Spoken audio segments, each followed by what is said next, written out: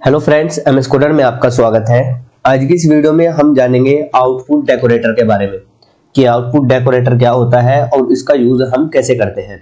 देखिए, जो output decorator होता है इसका काम क्या होता है कि हम एक कंपोनेंट से दूसरे कंपोनेंट के अंदर डेटा को शेयर करते हैं। मतलब ये इवेंट हैंडलिंग के लिए भी यूज किया जाता है कि जैसे हमारे पास दो कंपोनेंट है, एक पेरेंट कंपोनेंट है और एक चाइल्ड कंपोनेंट है। अगर हम चाइल्ड का डेटा या चाइल्ड के अंदर कोई भी इवेंट अकर होता है और उसको हम पेरेंट कंपोनेंट के अंदर एक्सेप्ट करना चाहते हैं तो हम क्या करते हैं कि आउटपुट डेकोरेटर को यूज करते हैं। आउटपुट डेकोरेटर का काम होता है कि चाइल्ड से डेटा को फॉलो करता है पेरेंट कंपोनेंट के अंदर। तो यहाँ पर आप देख सकते हो कि एक चाइल्ड कंपोनेंट हमने बनाया हुआ है और एक हमने यहाँ पर पेरेंट कंपोनेंट बनाया हुआ है।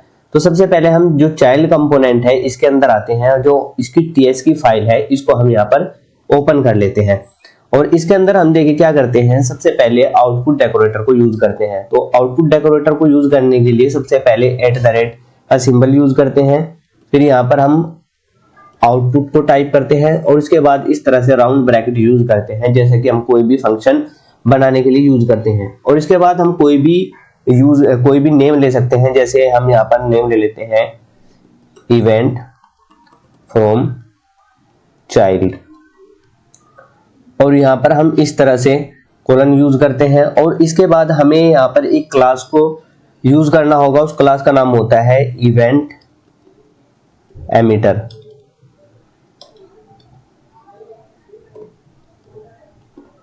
तो यहाँ पर हम इसको यूज कर लेते हैं इवेंट एमिटर को और इसका टाइप हम एनी रख सकते हैं। आप कोई भी टाइप यहाँ पर यूज कर सकते हो और फिर इस तरह से हम न्यू कीवर्ड का यूज करके इसका ऑब्जेक्ट यहाँ पर बना लेते हैं।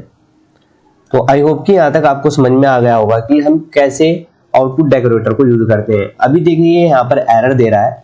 एरर इसलिए दे रहा है क्योंकि हमें इसको यहाँ पर क्या करना होगा, इंपोर्ट करना होगा। तो यहाँ पर क्विक फिक्स पर आइएगा और यहाँ पर जो अपडेट इंपोर्ट फ्रॉम @angular/core है इसके अंदर से इसको यहाँ पर आप इंपोर्ट कर लीजिएगा। तो इस तरह से सबसे पहले आपको कोई भी एक वेरिएबल बनाना है, उसके आगे आपको इस तरह से आउटपुट डेकोरेटर को यूज करके इस वेरिएबल को इनिशियलाइज करना है आपको इवेंट एमिटर के जरिए से।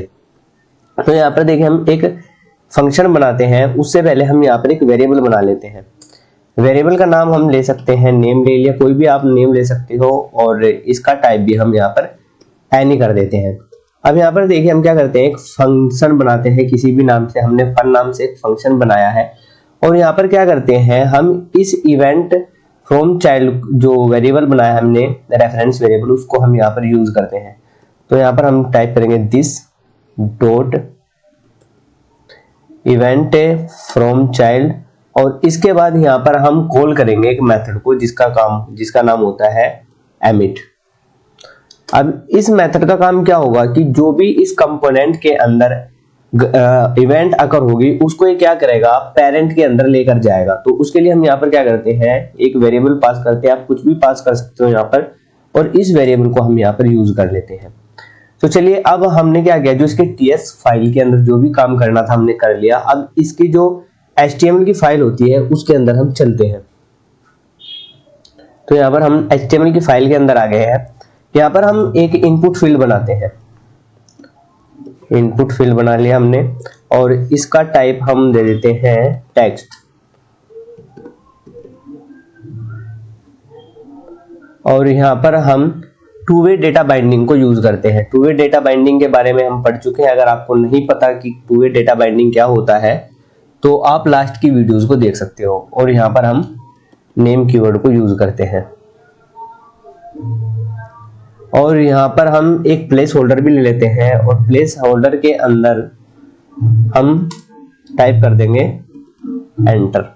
तो आई होप कि यहाँ तक आपको समझ में आ गया होगा। देखिए अभी ये हमें एरर दे रहा है।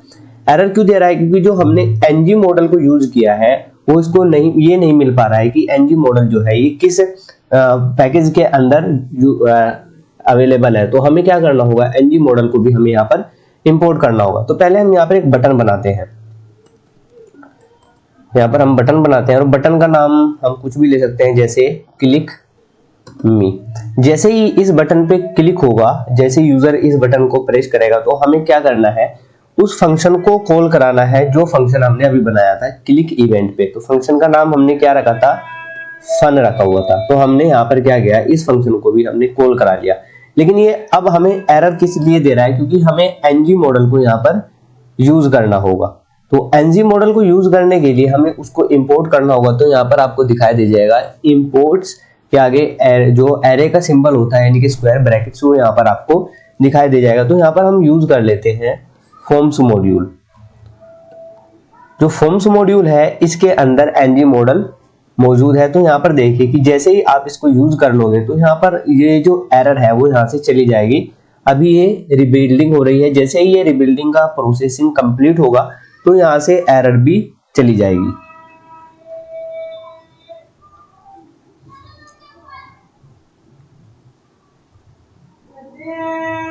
तो आप देख सकते हो कि यहाँ से ये एरर भी चली गई है। तो एक बार फिर से हम क्या करते हैं, इसको समझ लेते हैं कि चाइल्ड के अंदर हमने क्या काम किया है।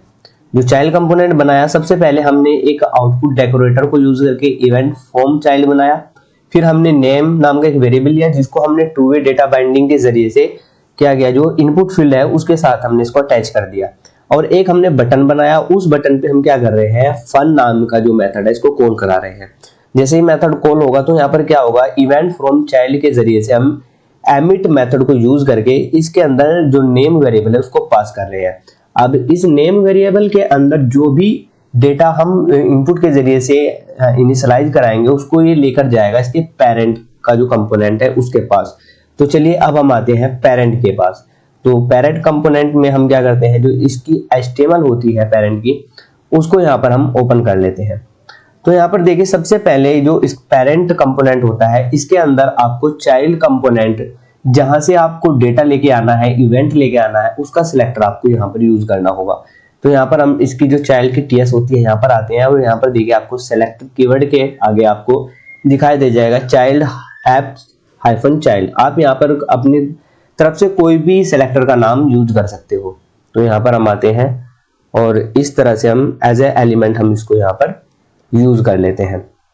अब यहाँ पर देखिए सबसे पहले क्या करना है, इसका जो ओपनिंग टैग होता है यहाँ पर आपको राउंड ब्रैकेट लेना है। और राउंड ब्रैकेट लेने के बाद जो आपने आउटपुट डेकोरेटर के साथ जो रेफरेंस वेरिएबल बनाया था उसको इस राउंड ब्रैकेट के अंदर यूज करना है। तो यहाँ पर देखिए हमने क्या बनाया था, इवेंट फ्रॉम चाइल्ड। तो इसको हम यहाँ से कॉपी कर लेते हैं। कॉपी करने के बाद जो पेरेंट कंपोनेंट का जो HTML फाइल है वहां पर आकर इसको हम पेस्ट कर देते हैं। और आगे हम क्या करते हैं, एक फंक्शन ले लेते हैं जो हम क्या करेंगे, पेरेंट की जो TS फाइल है उसके अंदर इस फंक्शन को हम डिक्लेयर करेंगे। फंक्शन का नाम आप कुछ भी ले सकते हो, जैसे हमने लिया है यहाँ पर fun2। और इसके अंदर आपको इस तरह का जो डॉलर सिंबल है वो लेना है और फिर आपको यहाँ पर इवेंट को यूज करना है। तो यहाँ पर देखिए क्या होगा कि इवेंट फ्रॉम चाइल्ड के अंदर जो भी डेटा आएगा वो इसके जरिए से, यानी कि जो इवेंट है इसके जरिए से इस फंक्शन 2 तक पहुंच जाएगा। तो यहाँ पर हम पेरेंट की जो TS फाइल है उसको ओपन कर लेते हैं और यहाँ पर हम fun2 नाम का एक मेथड बनाते हैं। तो यहाँ पर हम बना रहे हैं fun2 और इस मेथड की बॉडी को हम यूज करते हैं। और इसका जो राउंड ब्रैकेट है यहाँ पर हम एक वेरिएबल वहां से ले रहे हैं। तो यहाँ पर हम वेरिएबल का नाम कुछ भी ले सकते हैं, जैसे मैं ले लेता हूँ इवेंट और यहाँ पर कर देते हैं हम इसका टाइप एनी। अब यहाँ पर हम अलर्ट को यूज कर रहे हैं, यानी कि जो डेटा चाइल्ड कंपोनेंट से आ रहा है उसको हम पॉपअप में शो कराने की कोशिश करेंगे। तो यहाँ पर हम यूज करते हैं अलर्ट, जो कि जावास्क्रिप्ट का एक वो होता है फंक्शन जो आपको पॉपअप ओपन करके देता है, इंफॉर्मेशन को प्रिंट करने के लिए यूज किया जाता है। देखिए आपको अलर्ट का सिंटैक्स भी दिखाई दे रहा है। ये राउंड ब्रैकेट में एक मैसेज लेता है और इसका टाइप होता है वर्ड, यानी कि कुछ भी ये रिटर्न नहीं करता है। तो यहाँ पर हम क्या करते हैं, इवेंट को पास कर देते हैं। आई होप कि यहाँ तक आपको क्लियर हो गया होगा। चलिए अब हम इसको रन करके देख लेते हैं। तो इसकी जो रिबिल्डिंग की प्रोसेसिंग है इसको कंप्लीट होने देते हैं। तो जैसे ही ये कंप्लीट हो जाता है तो जो ब्राउजर है उसके अंदर हम इसकी फंक्शनैलिटी को चेक करेंगे कि जैसे हम डेटा चाइल्ड कंपोनेंट से पास कर रहे हैं वो पेरेंट कंपोनेंट के अंदर हम उसको एक्सेस कर पा रहे हैं या नहीं। तो आप यहाँ पर देख सकते हो कि जो इनपुट फील्ड है ये यहाँ पर शो हो रहा है और एक बटन यहाँ पर शो हो रहा है। ये इनपुट फील्ड कहाँ से आ रहा है, जो चाइल्ड कंपोनेंट के हमने अंदर बनाया हुआ है, और जो बटन है ये भी चाइल्ड कंपोनेंट के अंदर बनाया हुआ है। तो यहाँ पर हम कुछ भी एंटर करते हैं, जैसे मैं एंटर करता हूँ MS कोडर और इस क्लिक मी बटन के ऊपर प्रेस करता हूँ। तो देखिए जैसे ही मैंने इसके ऊपर प्रेस किया तो यहाँ पर एक पॉपअप ओपन हुआ है और यहाँ पर MS कोडर दिखाई दे रहा है, जो कि हमने क्या किया है, इस इनपुट फील्ड के अंदर टाइप किया है। अगर इनपुट फील्ड के अंदर जो भी कुछ हम टाइप कर रहे हैं, जैसे मैं टाइप करता हूं यहाँ पर आई एम लर्निंग एंगुलर और यहाँ पर प्रेस करता हूं तो यहाँ पर देखिए आई एम लर्निंग एंगुलर आ रहा है यहाँ पे। तो जो इनपुट फील्ड है और बटन है ये चाइल्ड कंपोनेंट के अंदर है, और ये जो पॉपअप हम ओपन कर रहे हैं ये हम पेरेंट कंपोनेंट के अंदर कर रहे हैं। तो आई होप कि आपको समझ में आ गया होगा कि कैसे चाइल्ड के अंदर से हम पेरेंट के अंदर डेटा को सेंड करते हैं। तो आज की इस वीडियो में सिर्फ इतना ही रखते हैं। अगर ये वीडियो आपको हेल्पफुल लगी हो तो इस वीडियो को लाइक करके इस चैनल को जरूर सब्सक्राइब कर लीजिएगा। Thanks for watching.